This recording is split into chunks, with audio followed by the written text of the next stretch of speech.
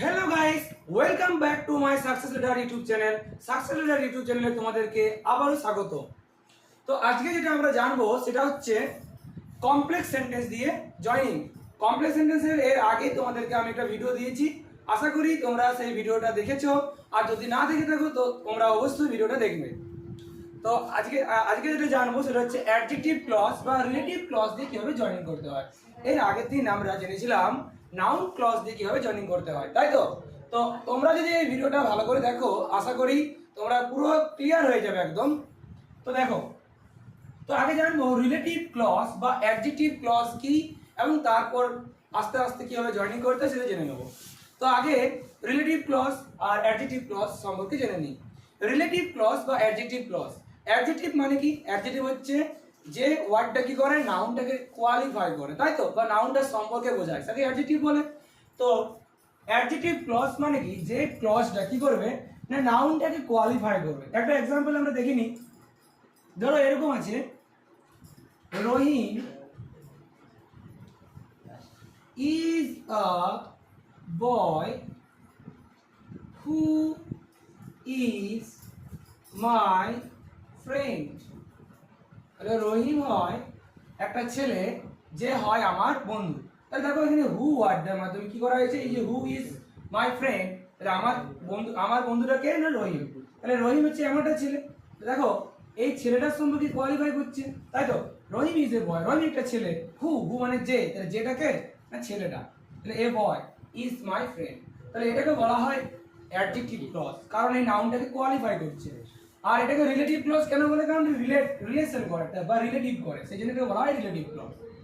তো তার মানে একটা জিনিস তোমরা মনে রাখবে, যদি কখনো দেখো যে নাউনের পরে হু, হুইজ, হুম, হুজ আর হয়ে, এই যে পাঁচটি ওয়ার্ড, এই পাঁচটি ওয়ার্ডের মধ্যে যে কোনো একটা যদি বসে থাকে, তাহলে তোমরা মনে রাখবে সেটা হবে রিলেটিভ ক্লজ, তাই তো।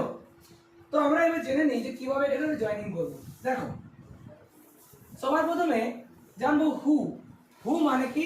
হু মানে হচ্ছে আমরা যখন কোশ্চেন করি তখন সেখানে কোশ্চেনের ক্ষেত্রে কে বা কারা, কিন্তু যখন আমরা জয়েনিং করব সেখানে হবে হু মানে যিনি বা যে।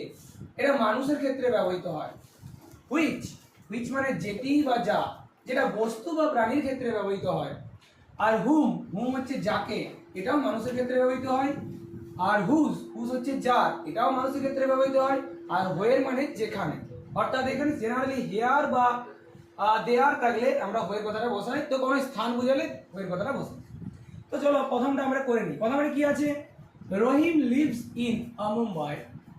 মুম্বাই হবে না, sorry. Rahim lives in Mumbai, he is a doctor. Rahim Mumbai বাস করে, সে হয় একজন ডাক্তার। তাহলে আমরা কি লিখতে পারি, আমরা কিভাবে করবো এটা? তাহলে রহিম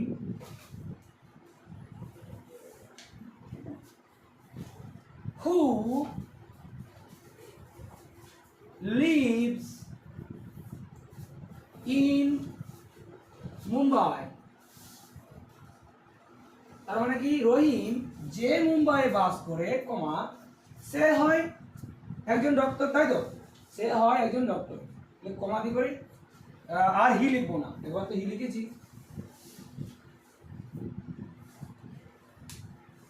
আমরা লিখলে অসুবিধা নেই, he is a doctor. Rahim who lives in Mumbai is a doctor, আর লেখার দরকার নেই, ইজ এ ডক্টর। একটা করতে পারি, অথবা আমরা কিন্তু এটাকে এভাবে করতে পারি, রহিম হু ইজ এ ডক্টর। রহিম যে হয় একজন ডাক্তার, সে কমা দিয়ে, মানে সে কোথায় বাস করে, মুম্বাই বাস করে, বলে কমা দিয়ে leaves in Mumbai.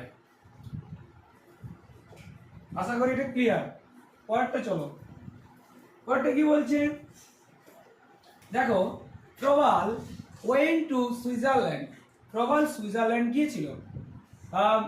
Mrs Dutta stayed there, sorry, মানে মিসেস দত্ত সেখানে থাকতো, তাই তো, বা থাকে। তাহলে এটা আমরা কিভাবে করবো? তাহলে এখানে দেয়ার থাকলে বা হিয়ার থাকলে কি হয়, ওয়ে বা জায়গা বোঝালে ওয়ের হয়। তারপরে কি লিখবো এটা আমরা, যে প্রবাল went to সুইজারল্যান্ড।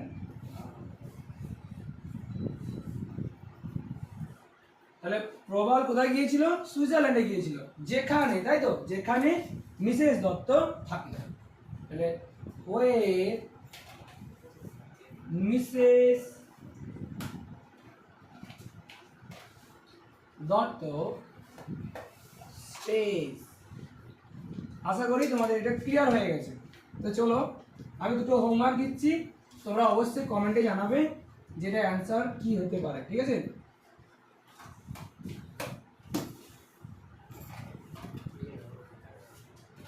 আচ্ছা, আই হ্যাভ এ কার,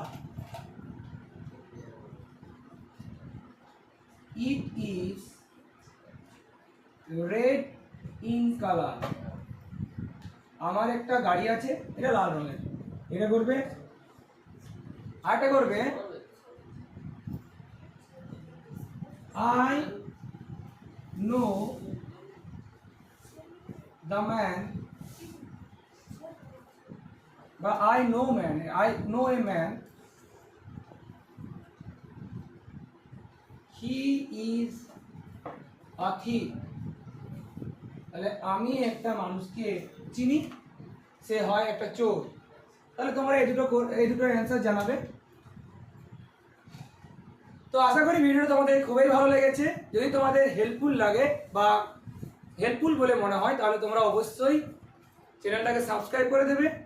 আর যারা সাবস্ক্রাইব করে রেখেছো তারা অবশ্যই লাইক এবং কমেন্টে জানাবে যেটার অ্যান্সার কি হবে, ঠিক আছে?